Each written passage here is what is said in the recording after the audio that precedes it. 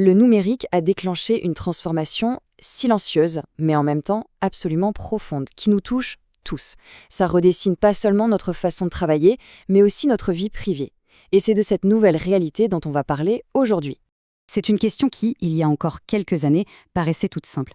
Mais essayez d'y répondre aujourd'hui, et là, tout de suite, ça devient beaucoup plus compliqué. Cette frontière qui était si nette avant, on dirait qu'elle s'efface. Et oui, pour de plus en plus de monde, les sphères professionnelles et personnelles, ce ne sont plus deux mondes bien séparés. Non, elles s'entremêlent, elles fusionnent, et c'est précisément ce phénomène qu'on va décortiquer ensemble. Alors, voilà notre programme. On va d'abord voir comment ces frontières pro-perso s'estompent.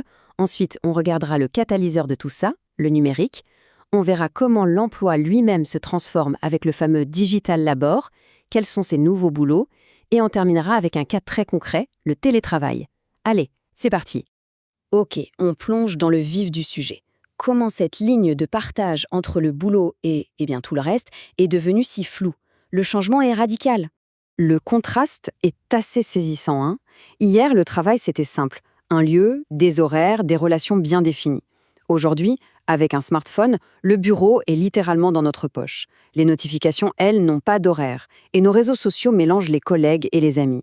Les frontières de l'espace, du temps et même des relations, tout ça s'effondre. Mais alors, quels sont les moteurs de ce grand bouleversement? Eh bien, la réponse se trouve dans une série de technologies qui ont en fait envahi notre quotidien. Internet, le cloud, les applications mobiles, ce ne sont pas juste des outils. Ils ont complètement remodelé la production, l'organisation du travail et, par ricochet, nos modes de vie. Ils se sont immiscés dans presque toutes nos activités. Et voilà, le point crucial, il est là. Le téléphone qui nous sert à contacter nos clients est exactement le même que celui qu'on utilise pour appeler nos proches. Les réseaux sociaux où l'on soigne notre image pro sont les mêmes que ceux où l'on partage nos photos de vacances. C'est cette convergence qui est vraiment la clé du brouillage des frontières. Toute cette transformation a donné naissance à une nouvelle réalité de l'emploi, un concept que les chercheurs appellent le digital labor ou le travail numérique.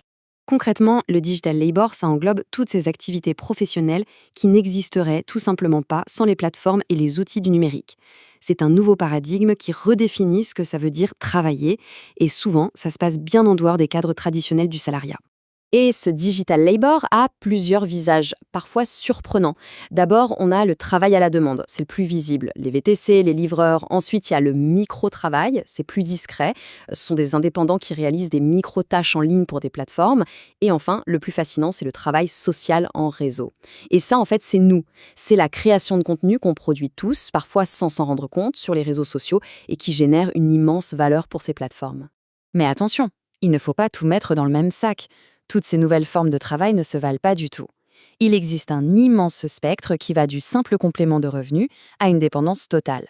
Prenons deux extrêmes pour bien comprendre. D'un côté, le livreur occasionnel qui utilise une plateforme pour se faire un revenu d'appoint. Son activité est volontaire, il la maîtrise.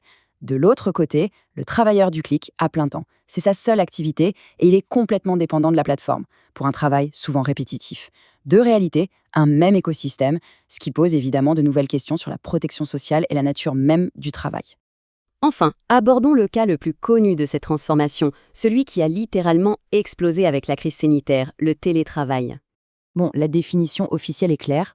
Le point important à retenir, c'est qu'il s'agit bien d'un travail de salarié, mais qui est fait en dehors des locaux de l'entreprise, grâce aux technologies. C'est vraiment le symbole du bureau qui sort de ses murs.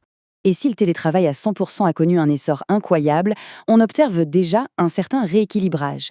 La tendance forte aujourd'hui, ce n'est plus le tout à distance, mais plutôt des modèles hybrides, qui mélangent présentiel et travail à la maison, souvent avec 2 ou 3 jours au bureau par semaine. Et pourquoi ce retour partiel au bureau? Les entreprises mettent en avant deux raisons principales. D'une part, elles cherchent à améliorer la performance collective, qui passerait par plus d'interactions directes. D'autre part, et c'est crucial, il y a la nécessité de renforcer la cohésion des équipes, ce lien social qui peut un peu s'effriter avec la distance. En conclusion, que ce soit le flou entre vie pro et perso, l'émergence du digital labor ou la révolution du télétravail, une chose est sûre, le travail a été durablement transformé. La vraie question, maintenant, c'est de savoir comment on va, collectivement, naviguer dans cette nouvelle réalité. Est-ce qu'on est vraiment prêt? La réflexion reste ouverte.